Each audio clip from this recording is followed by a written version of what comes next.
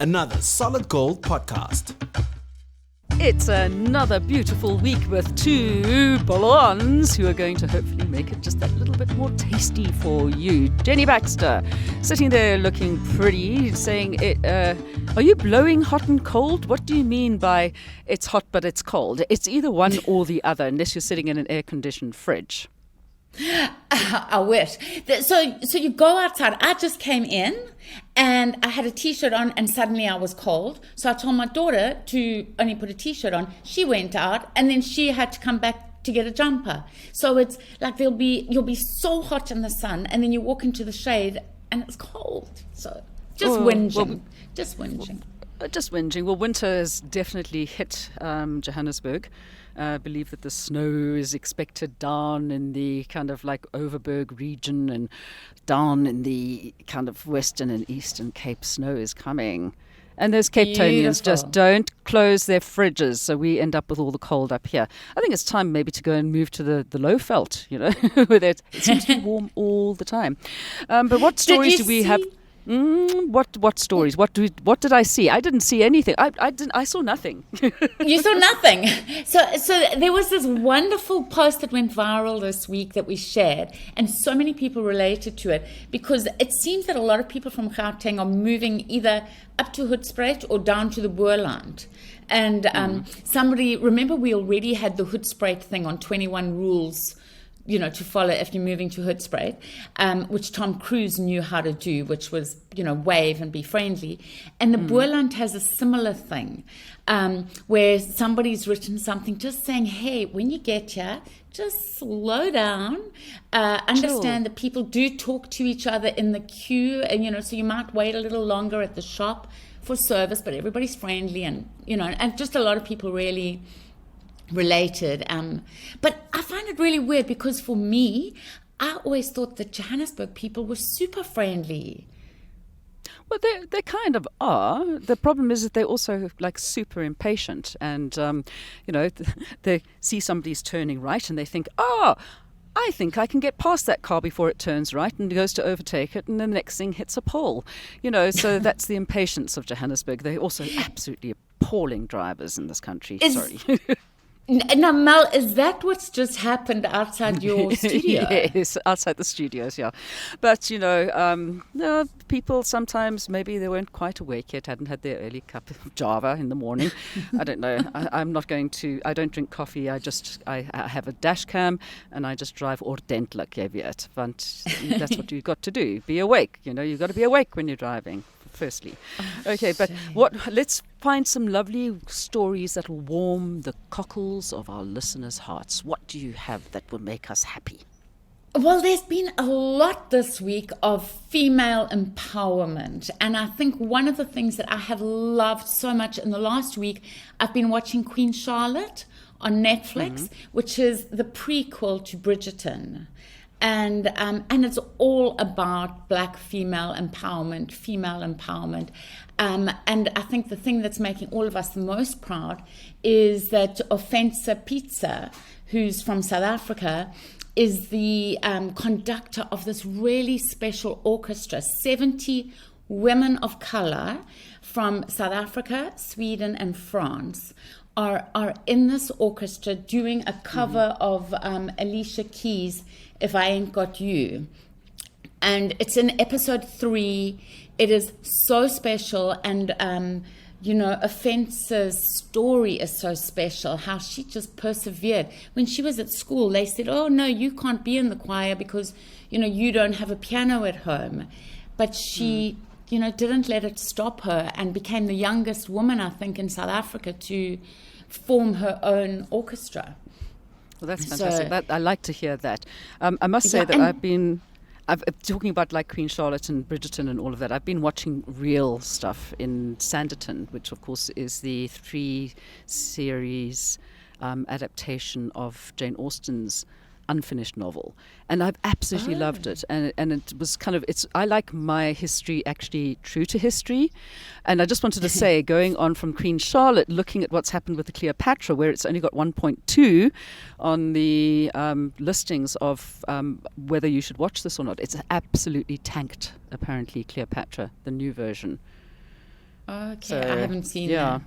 I haven't Go seen and it. have a look. It's I been just quite saw- a controversial thing. I loved, no, honestly, Offensa, I don't, yeah. She this okay. morning, this morning she just wrote something that, because while I was watching Queen Charlotte, what I loved about Bridgerton is that there was no mention of what color anybody's skin was. And I just loved the freshness of it, that everyone was just equal and just get on with it and have this beautiful story. Now, this one, Queen Charlotte, is actually all about the great experiment and how it all came about. So I was kind of annoyed, like, oh no, why do we have to make this about race, However, when you listen to these women and the struggles that they have gone through, I now totally appreciate that they have done this and why they've done it. And just this morning, just like an hour ago, Offensa wrote on Facebook, and I've just jotted down a bit of what she said. She said, my journey has been about driving inclusivity and allowing us to be seen. I want to express how seen I felt on this entire ride. And she goes on to say how this Netflix series, these huge power women stepped into the background and let Offensa and other women have their chance to shine. And so it's a wonderful story of how women help women, Yeah. It's like, for me, I would rather watch like The Woman Queen, The Woman King, which of course is a South African story. I'm very into kind of like, my history should be historical. But I wasn't watching this for history. I didn't even realize watching it for the music. Yeah. Well, for the entertainment value. Exactly. And the love story and the romance and the costumes, blah, blah, blah. We're just two real kind of bleeding hearts at heart, aren't we? Well, yeah, because we're lacking it in real life. Yeah. We love it. We'll sit there and watch sad, soppy stories and have a little tear running out of our eye when the overwrought heroine doesn't get the man of her dreams. Anyway, let's get on to things. We're not going to talk about load shedding because that brings a tear to everybody's eye. That's too much like real life, yeah? No, we don't. We want to live in a world of fantasy. Okay, so we'll keep on talking about fantastical things and the beasts who make other stuff happen. We won't talk about those beasts, actually. But one thing that I do just want to say about load shedding, that I think it's really amazing how Penguin Publishers managed to get Andre de Ruyter's memoir into all those shops on Sunday night without anybody realizing. They sneaked them in with the title Moonlight, which is so clever, moonlighting. But apart from the fact you're having to do everything by moonlight as well. Yeah, it's got that power. But the real book is called Truth to Power: My 3 Years Inside ESCOM. So it could be interesting, although I don't know, I haven't read it, so I don't know if he finally names names. I know that he did say that he felt like he inadvertently landed the job as the head of the biggest organized crime syndicate in South Africa. Well done. So no wonder he's not in SA. He's not a bad-looking man, actually. Oh, I know. He should be in Bridgerton. Yeah. I think so too. He could yeah, let's not go there. Okay, that's enough of that. Does he have a wife? Does he have a wife? I think so, yeah. Oh, okay. Lucky woman.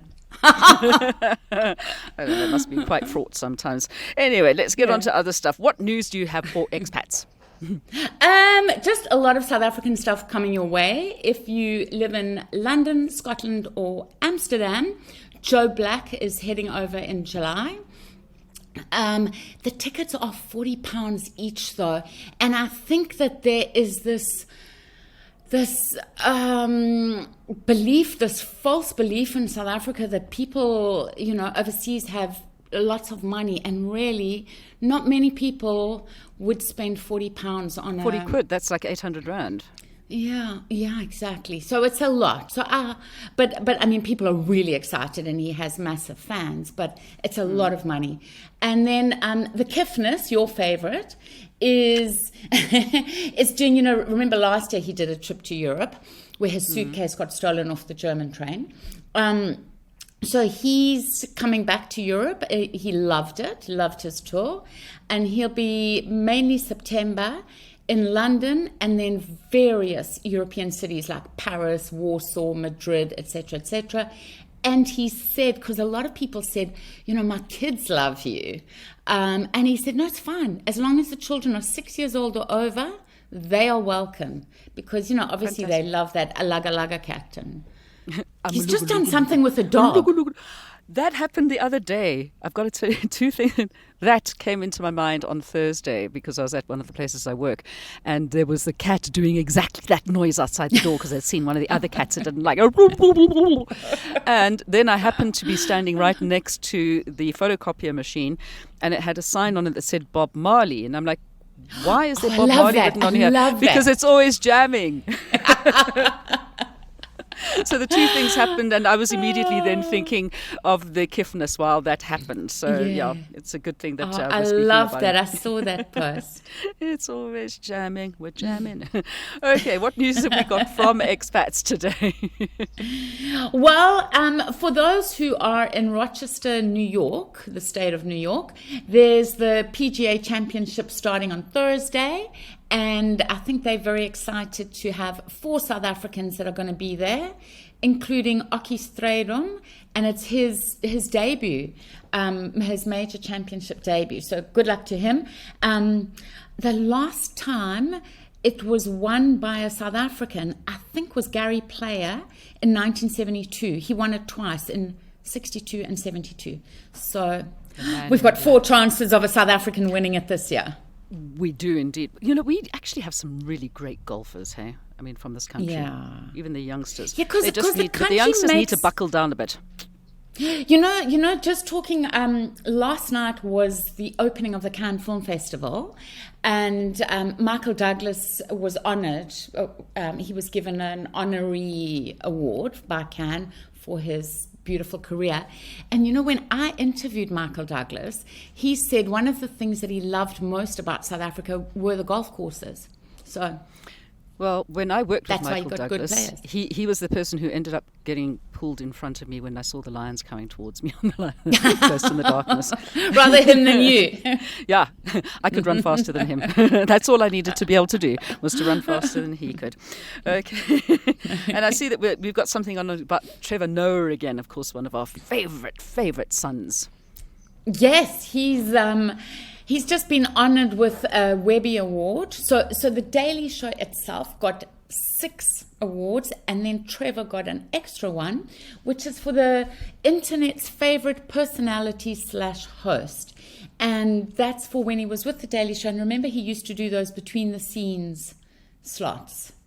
So he won. It's really prestigious. He said he's honoured. And, I think I've told you before, I went and watched a live recording on his birthday in 2019.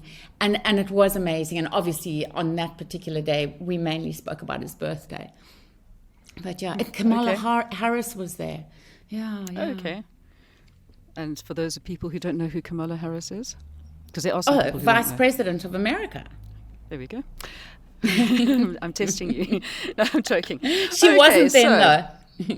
All right, so we're going to go from those kind of people that make you laugh to things that can make you cry. Of course, Siya Kolisi having to go and have operations and this, that, and the other. And we're all sitting there and going, what is going to happen? What are we going to do without our captain?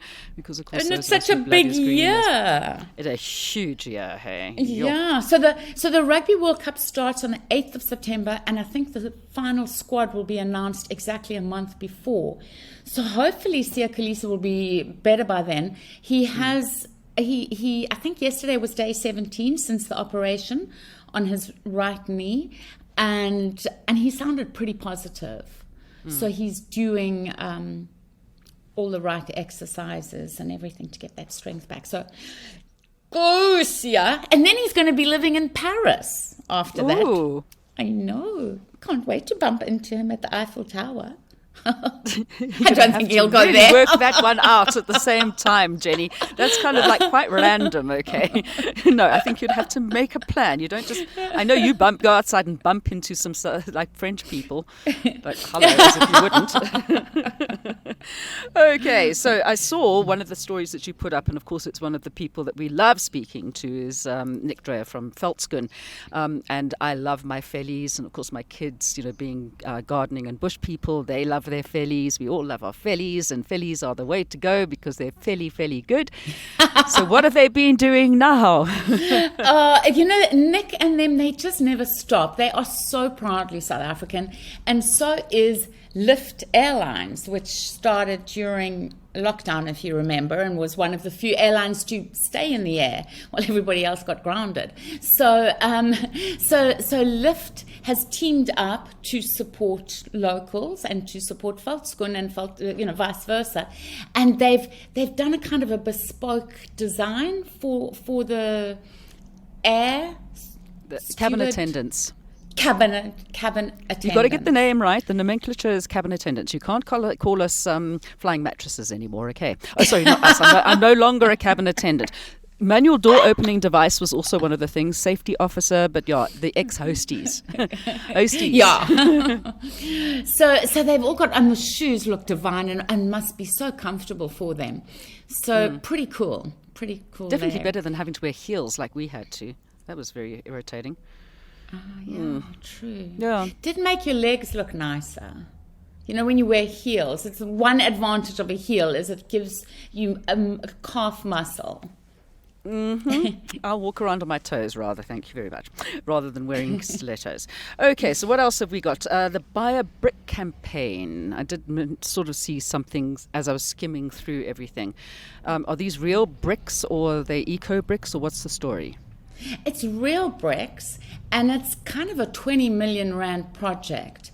It's a woman whose mom died a few years ago, and it was on her birthday, her mom died, and she just launched herself into something that she had always loved and had stopped doing, which was sewing.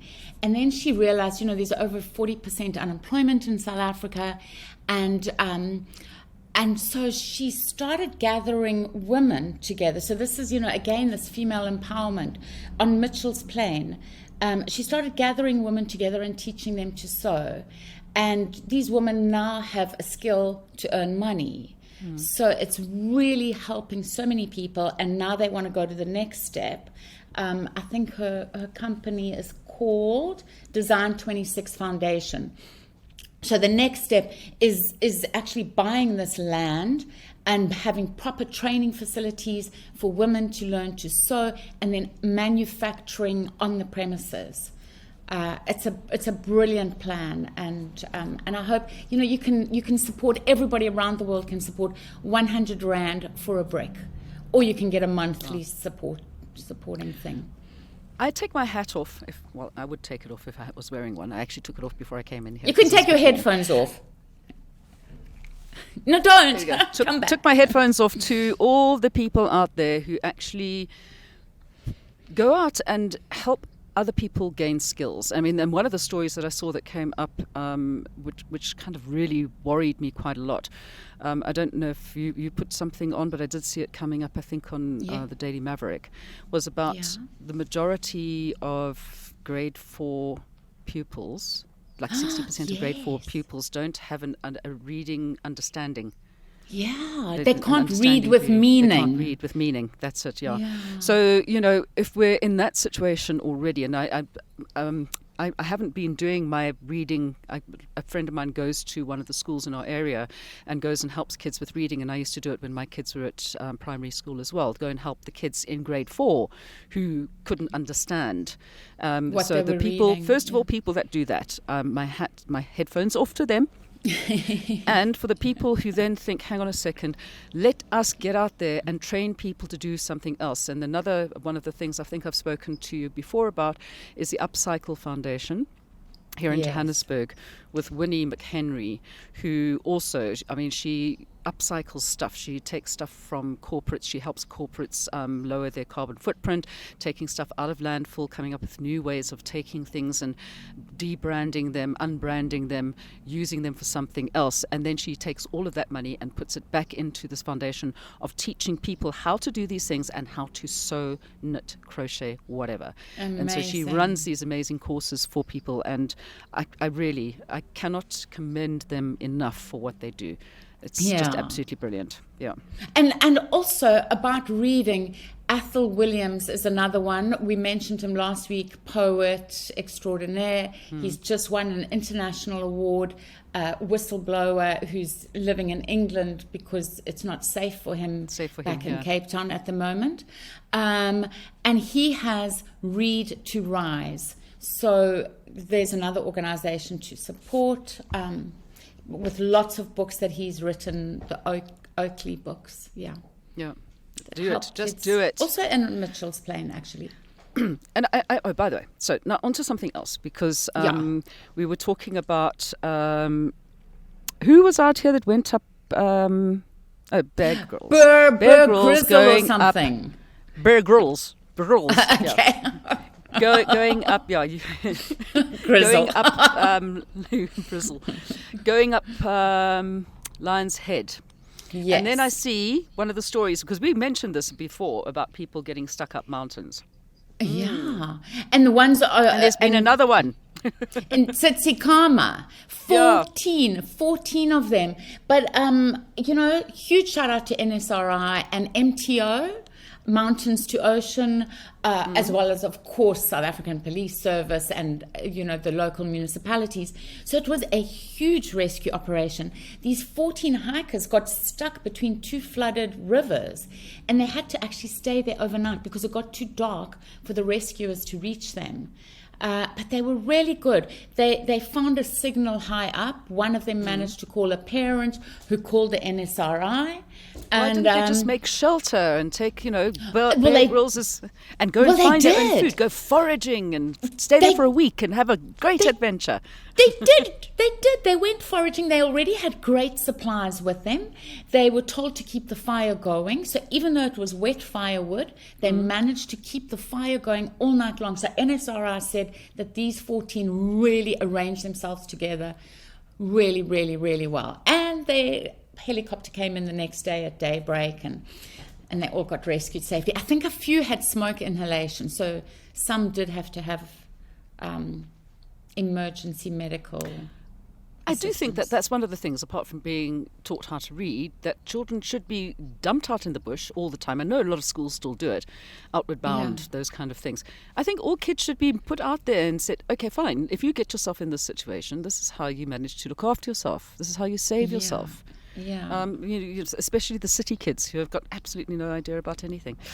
But that's why I keep on throwing my kids into the bush, and I see that there's a whole bunch of eco-wildlife, which is her domain at the moment, obviously, that she's quite excited about this news that the Big Five Reserve opening near Montague, which is Has she told you about it?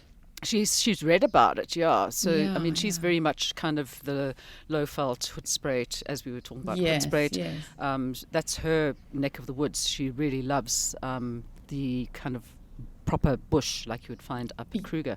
But it's nice to see that there are other dynamics when it comes to, obviously, the Addo Elephant Park down in the Eastern Cape. There's certain different parks, the Transfrontier, Kalahari, all of those different parks that they've got.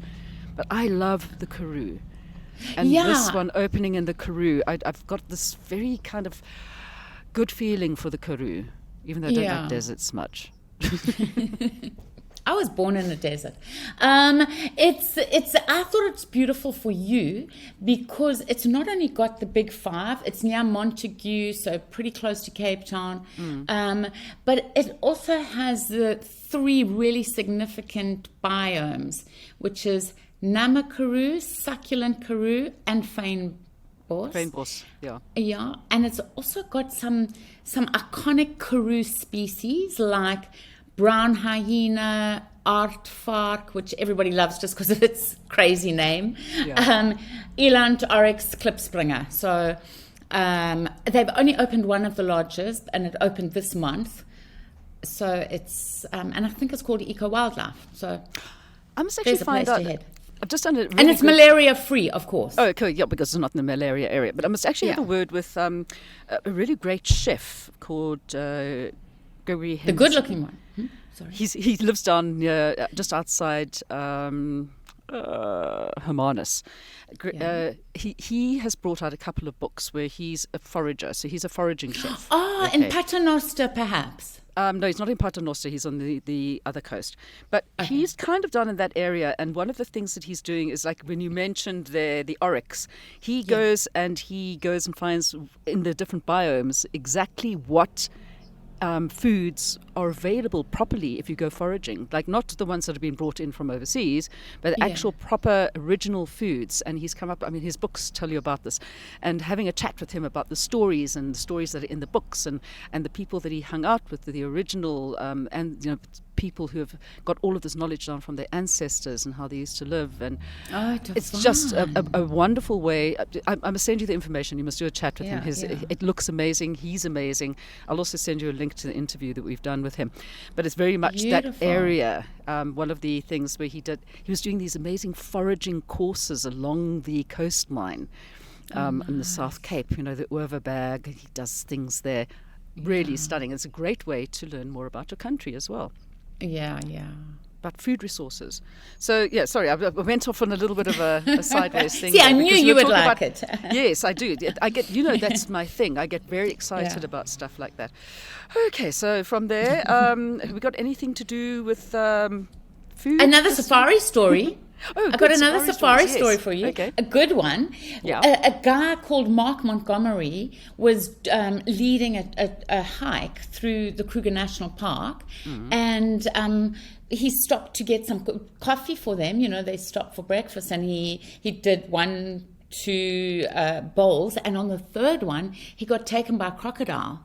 And thank goodness for his many, many, many years, he knew kind of what to do. Not that it's very easy to do what he had to do, but he knew. Well, firstly, he said, I just decided this croc is not taking me today, not today. Yep. And so he was pretty adamant it wasn't today. And then the other thing is he knew that he mustn't get into the death roll. So he tried to poke out the croc's eyes. He tried all kinds of things, but the croc had his hand, and he put his arm around the neck of the croc. But then the croc started the death roll. The death roll thing, yeah. Yeah, and he just kicked and kicked with his legs, and managed the croc let go of his hand. But he said, time stood still. He still had to get to the riverbank, and his mates who were watching thought it was over for him. So And people used to and that they used to do this to me on Treasure Hunt deliberately. Okay, they 3 times on 3 different shows made me get into crocodile enclosures. Oh no! There was one down in the South Coast at the little crocodile farm there. There was one at Sun City, and then I can't remember where the third one was. There was another one as well, and they knew that I hated crocodiles, and they would do it deliberately. But could they pluck you out if a croc came towards you? Oh, I was ready to fly out of there in 2 seconds flat. Didn't need a helicopter to get out of there. Trust me on that one. That would have been just like, I'd have been out of there. I'm sure I've told you before, but I've been bitten by a crocodile. No, you hadn't told me that. Where, here or in Australia? No, in South Africa. But okay. I had a crocodile, but it was a little one, and I had to take it from Zululand. There was a crocodile place there. From Zululand to Durban University, but for the July holidays, it lived with me, and so it was little, and it was in the bath and whatever. But it did bite me, and I did bleed. But they can bite you. But then cats can bite you too. So there we go. All right. So we've already mentioned a thing about Queen Charlotte. What else have we got in the way of entertainment? Of course, apart from us. There's Rosemary's Hit List. So we've got the trailer on SA People. It's coming out in mid-June on Showmax, and it's about that lady cop who became a serial killer. And in about 2015, she got discovered. I think the father of her child, who was sort of her boyfriend, he was found dead. And she had so many policies. He had so many policies, but they were all in her name, 400,000. And then once they started investigating, they discovered she had also killed a sister, 2 nephews, a niece. I mean, she had tried to kill her mother. It was just insane. And this is real. It sounds like that spot in Krugersdorp, man. Yeah. So I think it's the same. It's the same producers. Devilsdorp. Devilsdorp.